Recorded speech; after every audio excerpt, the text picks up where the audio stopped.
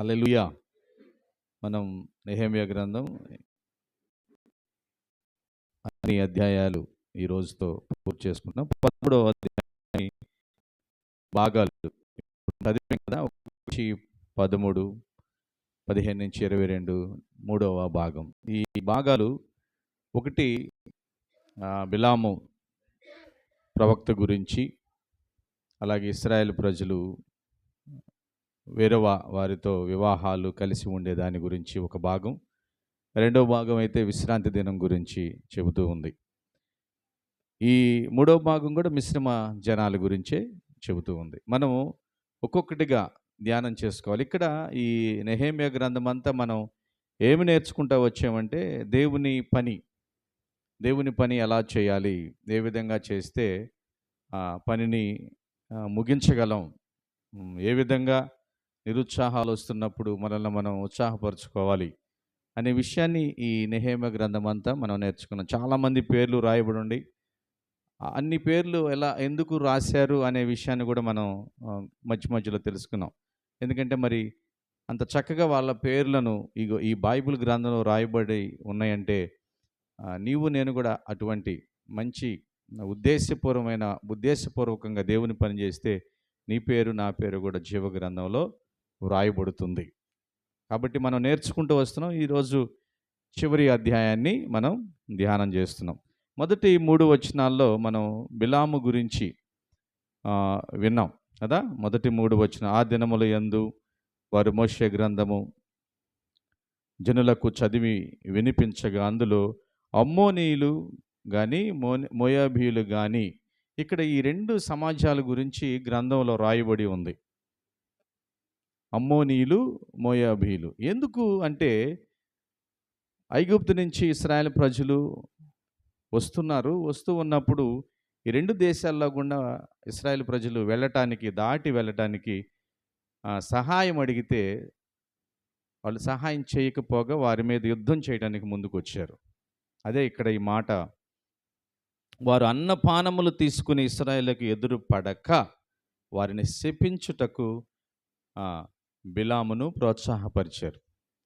బాలాకు రాజుగా ఉండి బిలాము దగ్గరికి కొంతమందిని మనుషులను పంపించి, నువ్వు వచ్చి ఇశ్రాయేలు ప్రజలను శపించు అంటే బిలాము దాన్ని ఒప్పుకోలా. దేవుని యొక్క పేరట ఉన్న ప్రజలు నేను శపించను అని అన్నాడు. వారు ఆశీర్వాదానికి అర్హులు కానీ శాపానికి అర్హులు కాదు అన్నాడు. చూడండి, నిర్గమకాండం 22వ అధ్యాయం 12వ వచనంలో ఈ మాటలుంటాయి. నిర్గమకాండం 22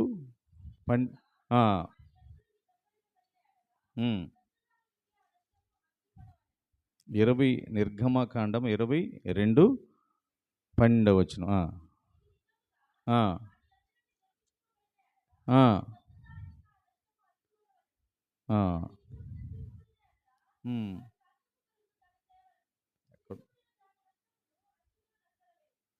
చాలు నేను ఎక్కడో మిస్ అయ్యింది.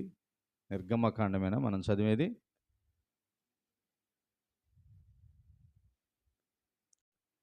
ఓకే. ఇక్కడ ఏముంటుందంటే ఆయన ఆ మార్గములో వస్తూ ఉన్నప్పుడు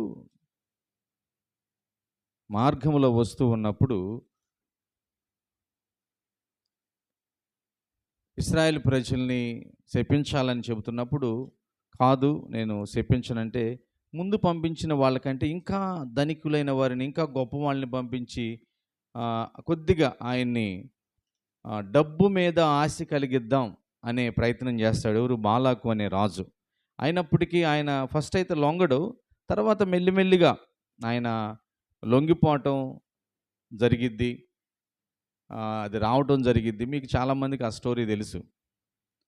ఆయన వస్తుంటే మధ్యలో గాడిద మీద వస్తుంటే దేవుని దూత ఎదురు నిలబెడతాం, ఆ గాడిదకే కనపడతాడు దేవుని దూత కత్తి తీసుకుని నిలబడటం. గాడిద మరి బిలామును కాపాడటానికి అటువైపు గోడకి ఇటువైపు గోడకి పరిగెడతా ఉంటుంది. అప్పుడు బిలాము యొక్క 2 వైపు తొడలు గోడకు రుద్దుకుపోతాయి. ఆయన కోపం వచ్చి దిగి గాడిదని కొడతాడు, కర్ర తీసుకుని విపరీతంగా కొడతాడు. గాడిద ఎందుకు కొడుతున్నావు అని అడిగిద్ది. నోరు తెరిచి మాట్లాడిద్ది గాడిద. దేవుడు గాడిదకి స్వరం ఇస్తాడు. అప్పుడు అంటది, నేను ఎప్పుడైనా తప్పు చేశానా? ఎప్పుడైనా నిన్నేమన్నా నీకు హానికరంగా నేను ఎప్పుడైనా ప్రవర్తించాను? ఇప్పుడెందుకు నేను ఇలా చేశాను? ఎందుకు నన్ను కొడుతున్నావు? అన్నప్పుడు అప్పటికి బిలాముకి ఏం అర్థం కాదు. దేవుడు తన కళ్ళు తెరిచినప్పుడు ఆ దేవుని దూత కత్తి తీసుకుని నిలబడటం చూస్తాడు. చూసి భయపడతాడు, సాష్టాంగ నమస్కారం చేస్తాడు. అప్పుడు దేవుని దూత ఒక మాట అంటది, ఈరోజు ఆ గాడిద కానీ నిన్ను తప్పించి ఉండకపోతే నిన్ను ఖచ్చితంగా చంపేసేవాడిని అంట.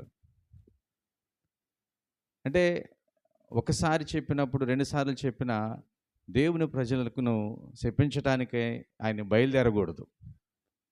ఈ విషయాన్ని ఇక్కడ ధర్మశాస్త్రం రాయబడిన మాటని వీళ్ళు చదువుతూ ఉన్నారు. ఆ చదవటమే కాదు, చివరిగా 3వ వచనం, కాగా జనులు ధర్మశాస్త్రం విన్నప్పుడు మిశ్ర జన సమూహము ఇశ్రాయేలు నుండి వెలివేసిరి. ఈ మిశ్ర జన సమూహం అంటే ఎందుకు కలిసిపోయారు అంటే, అసలు దేవుడు ఏం చెప్పాడంటే, ఈ మోయాబీయులను కానీ అమ్మోనీయులు కానీ మీరెప్పుడు స్నేహం చేయొద్దు, సహవాసం చేయొద్దు. మీ మీ కుమారులు వాళ్ళ కుమార్తెలకు ఇవ్వద్దు, వాళ్ళ కుమారుల్ని మీ కుమార్తెలకు చేసుకోకూడదు. ఎప్పుడైతే చేసుకుంటారో అది మిశ్రమం అయిపోయిద్ది, చాలా ఇబ్బందులు అవుతారు.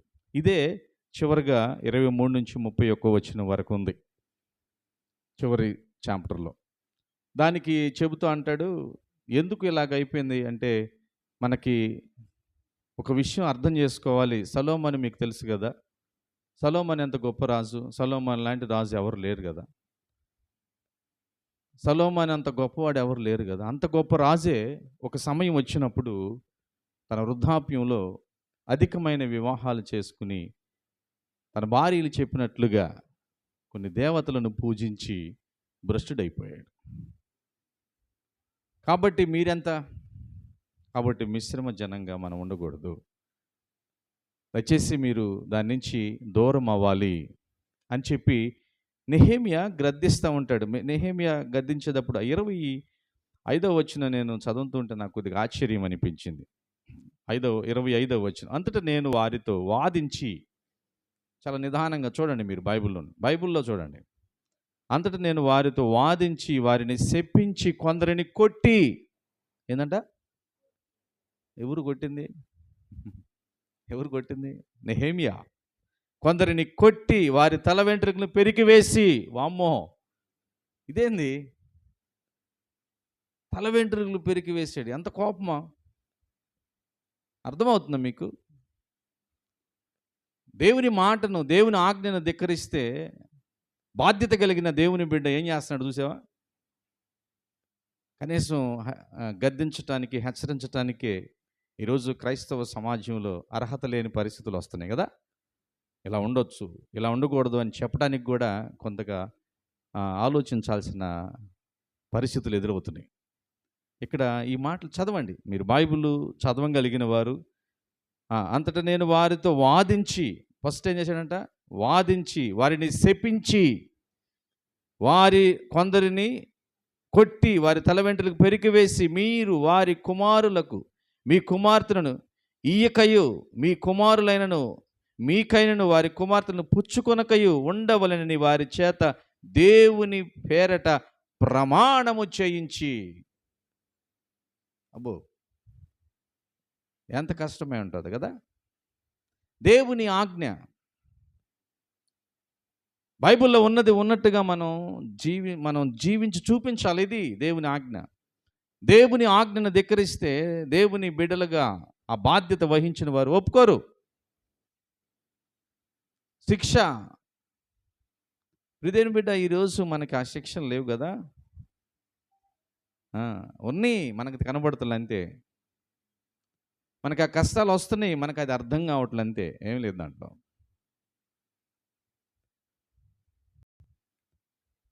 ఐశ్వర్యము కంటే కృప ఉత్తమం, పాట పాడాం కదా. జీవము కంటే నీ కృప ఉత్తమం, కృపయే లేకుంటే మనుగడ లేదు, కృపను మించిన పెన్నిదే లేదు కదా. ఈ కృప దేవుడు యేసు క్రీస్తు వారి ద్వారా చూయించాడు. ఇక దాన్ని మనం ఇష్టానుసారంగా వాడేసుకుంటున్నాం. ఆ? కృప ఉంది కదా, ఆయన చూసుకుంటాడు. పౌలు గారు కూడా చక్కగా రాశాడు కదా రోమాలో, పాపం ఎక్కడ ఎక్కువగా ఉంటుందో అక్కడ కృప విస్తరిస్తుంది. నేను ఎంత తప్పు చేస్తే నా దగ్గర కృప వచ్చి లాక్కెళ్తుంది అనుకుంటున్నారు.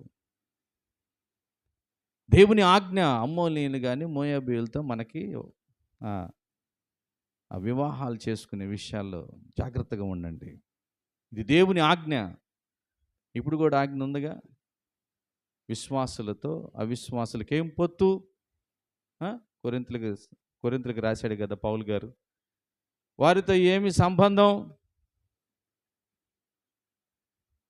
ప్రియ యవన బిడ్డలారా, మీరు జాగ్రత్తగా వినండి. అబ్బాయి బాగుంటేనే, అమ్మాయి బాగుంటేనే, వాడికి ఆస్తి ఉంటేనే, అందం ఉంటేనే, ఐశ్వర్యం ఉంటేనే పెళ్ళిళ్ళు చేసుకోవడానికి ముందుకు దూకమాకండి. ఒకవేళ నువ్వు విశ్వాసమైతే విశ్వాసిని చూడాలి. దేవునికి మహిమ కలుగును గాక. ఈరోజు చాలా వివాహాలు క్రైస్తవ సమాజంలో చల్లా చెదురైపోయి పాడైపోవడానికి కారణం ఏంటో తెలుసా? ఇవేంటి, ఈ విలువలు లేకుండా ఇష్టానుసారంగా నచ్చింది, డబ్బు ఉంది, అందం ఉంది, ఐశ్వర్యం ఉంది, ఉద్యోగం ఉందని ఇష్టానుసారంగా వివాహాలు చేసుకుని కుటుంబాలు చల్లా చెదురైపోతున్నాయి. మనం చూస్తలేదు. మనం ఏమంటున్నాం, అబ్బా ఆ అబ్బాయి అంత మంచివాడు తెలుసా, అయినప్పటికీ తన కాపురు నిలబడలా. కారణం ఏంటి? ఎక్కడో అవిశ్వాసం, ఎక్కడో దేవుని ఆజ్ఞను ధిక్కరించిన అమూర్ఖత. ప్రియ దేవుని బిడ్డలారా, ఈరోజు కొన్ని మాటలు మనం ఆలోచిద్దాం. మన జీవితంలో అవి ఉంటే ఒకసారి సరిదిద్దుకుందాం. దేవుడు అంటున్నాడు, సొలొమోను ఎంతటివాడు, ఎంత గొప్పవాడు. సొలొమోను ఏమైపోయాడంట చూడండి. మొదటి రాజుల గ్రంథం 11వ అధ్యాయం ఒకసారి మనం చూస్తే మనకు అర్థమవుతుంది. మొదటి రాజులు 11వ అధ్యాయం చూడండి ఒకసారి.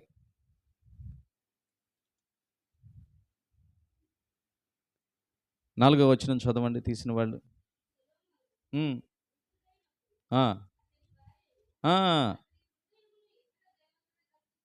త్రిప్పగా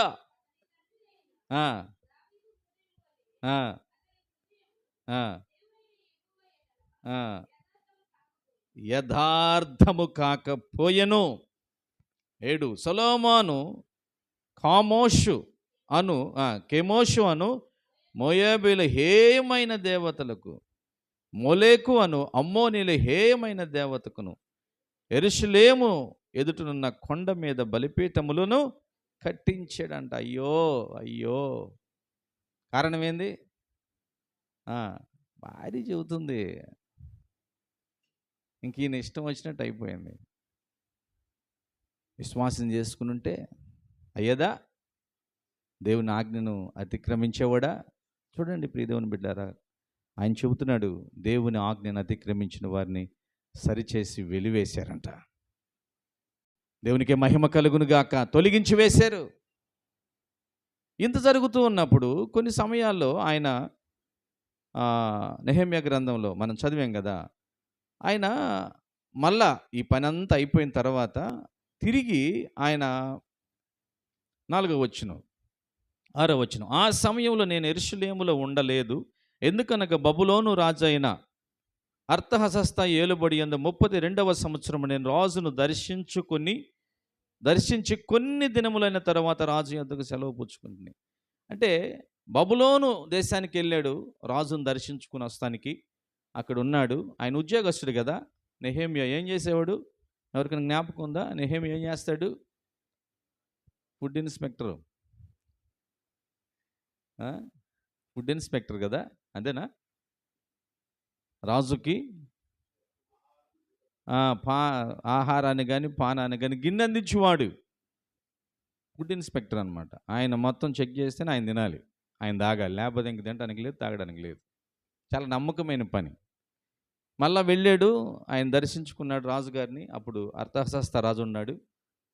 ఆయన ఏలుబడి 32వ సంవత్సరం చూసుకుని వచ్చే సమయంలో ఈ మధ్యలో ఒక చిన్న డిస్టర్బెన్స్ జరిగింది. ఏంటి అదంటే, ఇంతకుముందు ఒక మన దేవుని మందిరపు గది మీద నిర్ణయింపబడిన యాజకుడు ఎల్యాషీబు టోబియాతో బంధుత్వము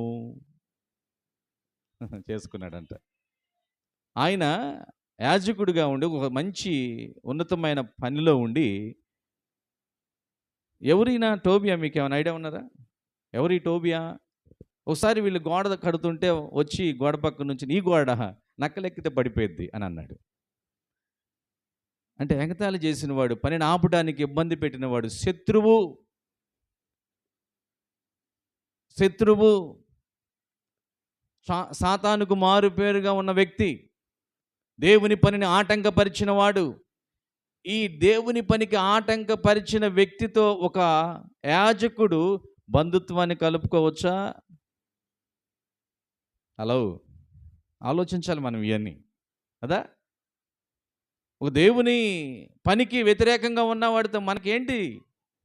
దుష్టుల ఆలోచన చొప్పున్నాడు, ఒక పాపుల మార్గము నిలువక, అపహాస్యులు కూర్చుండ చోట కూర్చుండక ఉండాలి కదా. ఈ నెల ఆయనతో కలిశాడంట. కలవటమే కాదు, ఏం చేశాడు? కలవటమే కాదు, ఏం చేశాడు? నైవేద్యమును, సాంబ్రాణిని, పాత్రలను, గింజలలో 10వ భాగమును, క్రొత్త ద్రాక్ష రసమును లేవీలకు, గాయకులకు, ద్వారపాలకులకును ఏర్పరచబడిన నూనెయు, యాజకులకు తేవలసిన ప్రతిష్ఠిత వస్తువులను పూర్వము ఉంచు స్థలమునొద్ద అతనికి ఒక గొప్ప గదిని సిద్ధము చేసి ఇచ్చాడంట. ఇవన్నీ పెట్టుకునే ఒక గది ఉంటే, ఆ గది మొత్తం అవన్నీ తీసేసి ఆ గదిలో ఎవరిని పెట్టాడు? ఈ టోబియా ఆయనకి ఇచ్చాడంట. ఆ గదిలో నువ్వు విలాసవంతంగా జీవించు అని. ఏమండి, ఏమన్నా కరెక్టేనా ఇది? దేవుని మందిరపు ఉపకరణములుండే, దేవుని పని జరిగే ఆ చక్కటి ప్రదేశంలో అదంతా ఖాళీ చేపించి, శత్రువుగా దేవుని పనిని ఆటంకపరిచే వ్యక్తిని తీసుకొచ్చి ఒక యాజకుడు కూర్చోబెట్టాడు. ఎవరు లేనప్పుడు? నెహెమ్యా లేనప్పుడు. ఇంకెవరు ఉన్నారు నాకు ఎదురు లేదులే అనుకున్నాడు బహుశా. నెహెమ్యా వచ్చి ఏం చేశాడు తెలుసా? ఆయన ఏ పెట్లు గిట్లు అన్నీ పెట్టుకుని ఆ గదిలో తిష్ట వేసుకుని కూర్చుని అవన్నీ తీసి ఇసిరి బయటేసాడు. దేవునికి మహిమ కలుగునుగాక. ఈయనొచ్చి కూర్చోవటం వల్ల లేవీలు, దేవుని పని చేయాల్సిన వారు ఆగిపోయారు. కారణం ఏంటంటే, దేవుని మందిరంలోకి రావాల్సిన ఉపకరణాలు కానీ, దేవుని మందిరంలోకి రావాల్సిన 10వ భాగం కానీ అంత ఆగిపోయింది. ఇక వారికి పోషణ ఏది? లేవీలకు పోషణ కావాలి కదా. వీరు పోషణ లేక వీళ్ళు ఏం చేశారు? పొలాలకు పారిపోయి పని చేసుకోవడం ప్రారంభించారు. అయ్యో,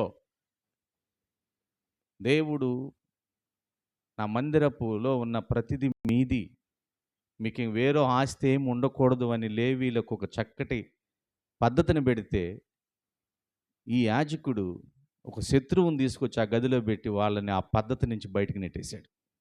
ఎంత బాధేసిందో నెహెమ్యాకి. ఒక్కసారిగా వచ్చే టోబియా సామాగ్రిని ఎట్టబడేసి ఉంటాడో, ఎంత కోపం వచ్చి ఉంటుందో. ఒక భక్తుడు అన్నాడు, గిరాటి వేసాడంట బయటికి, అన్నీ వేసిరు బయటికి వేసి, పో నువ్వు మా స్థలంలోకి వస్తే. దీన్ని ఒకసారి మనం ఆలోచిస్తే, ఒకసారి యేసుక్రీస్తు వారు ఇదే పని చేశాడు కదా. యెరూషలేము మందిరంలోకి వెళ్ళి, ఎవర్రా మీరు?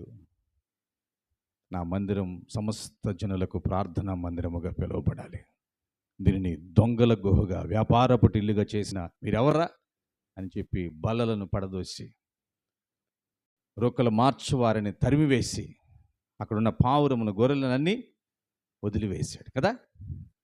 యేసుక్రీస్తు వారి జ్ఞాపకం వస్తున్నాడు. అదే విధంగా నెహెమ్యా చేశాడు. దేవునికే మహిమ కలుగును గాక. 2 విషయాలు ధ్యానించు. 3వది విశ్రాంతి దినం. విశ్రాంతి దినం గురించి మీకు ఎంత తెలుసో? అసలు విశ్రాంతి దినం ఏ రోజు? మన ఐడియా ఉందా మీకు? చెప్పాలి. ఆదివారం. ఎంతమంది ఆదివారం అంటారు ఇక్కడ ఉండేవాళ్ళు? విశ్రాంతి దినం ఆదివారం అని ఎంతమంది అంటారు? 1, ఇంకా 2, 3, ఇంకా ఎనిబడి? ఆదివారం గురవయ్య గారా? శనివారం అని ఎంతమంది అంటారు? అంటే మిగిలిన వాళ్ళకు కూడా రవి, మీ ముగ్గురే. మిగిలిన వాళ్ళు ఏ వారం అంటారు? ఇంకొంతమంది జోసఫ్ సోమవారం. మీరేమా మరి చేయొద్దరేమి? శనివారం అన్నవాళ్ళు చేయొద్దండి. చేతుల మీద మీ రేఖలేమి లేవు, నాకు కనపడవు కూడా. చేతులు ఎత్తండి ఫుల్గా. మిగిలిన వాళ్ళు ఇంకేమంటారు? ఆది శనివారం అయిపోయింది, మా జోసఫ్ పక్కాగా సోమవారం అని చెప్పాడు, ఇంకా ఆదివారమే అంటున్నాడు. ఇప్పుడు దేవుడు బైబిల్లో మొట్టమొదటి గ్రంథం ఒకసారి చూస్తే 2వ అధ్యాయము 2వ వచనంలో ఒక మాట ఉంటుంది. దేవుడు తాను చేసిన తన పని 7వ దినములోగా పూర్తి చేసి తాను చేసిన తన పని అంతటి నుండి 7వ దినము విశ్రమించను. కాబట్టి దేవుడు ఆ 7వ దినమును ఆశీర్వదించి పరిశుద్ధపరచును. ఏలయనగా దేవుడు తాను చేసినట్టు సృజించినట్టు తన పని అంతటి నుండి విశ్రమించెను. అంటే దేవుడు ఏ రోజు విశ్రాంతి తీసుకున్నాడంటారు మీ ఉద్దేశంతో? 7వ రోజు. అది అది అది ఏ వారం అంటారు? అది శనివారం. ఇప్పుడు చెబుతున్నాను, విశ్రాంతి దినం శనివారం, దాంట్లో ఎటువంటి సందేహం లేదు. సోమవారం వాళ్ళు, ఆదివారం వాళ్ళు ఒకసారి పక్కకు వచ్చేయండి. ఇప్పుడు చెప్పండి, విశ్రాంతి దినం ఏ రోజు? గట్టి చెప్పండి, ఏ రోజు? ఎందుకు శనివారం అంటే మనం లెక్క ప్రకారం సోమవారం నుంచి లెక్కేస్తాం కదా. మనకు అలవాటు ఏంది? సోమ, మంగళ, బుధ, గురు, శుక్రు, శని ఇట్లా లెక్కేస్తాం. కాదు, ఆది, సోమ, మంగళ, బుధ, గురు, శుక్రు, ఇది 7వ రోజు. ఇది 7 రోజు. 6 రోజులు అయిపోయిన తర్వాత 7వ రోజు దేవుడు విశ్రాంతి తీసుకున్నాడు. ఇప్పుడు దేవుడు విశ్రాంతి తీసుకున్నాడంటే దేవుడు చేసిన మనం, దేవుని పోలికలో ఉన్న మనం విశ్రాంతి తీసుకోవాలా వద్దంటావా? ఏమి రాజేష్, దేవుడే విశ్రాంతి తీసుకున్నాడయ్యా, ఇప్పుడు మనం విశ్రాంతి తీసుకోవాలా వద్దంటారా? విశ్రాంతి దినమును మీరకూడదు, ఇది ఆజ్ఞ. ఏంటి అర్థమవుతుందా? విశ్రాంతి దినమును పాటించకపోతే వచ్చే నష్టాలేంటి?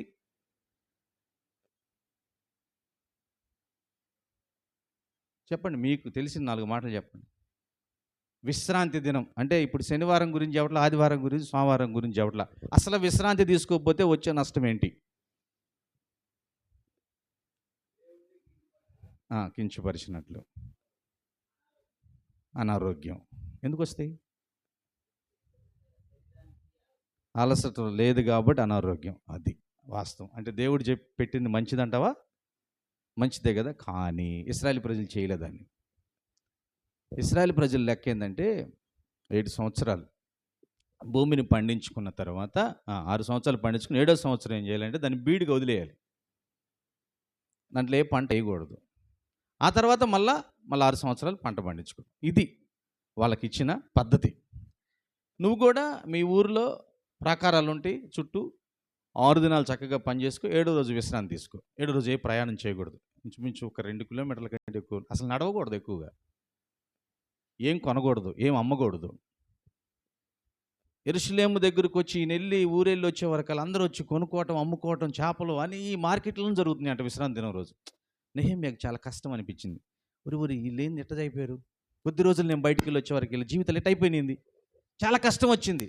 ఇందుకు కదా మన పితరులు పాడైపోయింది. మన పితరులు అసలు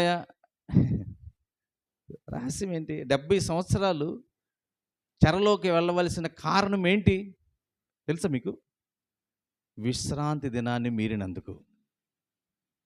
లెక్క పెట్టి 70 సంవత్సరాలు పంపించాడు దేవుడు. లెక్క పెట్టి ఎన్ని రోజులైతే వీళ్ళు విశ్రాంతి దినాన్ని మీరారో అన్ని దినాలకు సరిపోయిన చెర, బానిసత్వం ఇశ్రాయేలు ప్రజలకు తీసుకెళ్ళి పెట్టాడు. నీ జీవితంలో, నా జీవితంలో క్లియర్గా విశ్రాంతి అనేది నీ శరీరానికి నువ్వు పాటించకపోతే చెర నీకు తప్పదు, నాకు తప్పదు.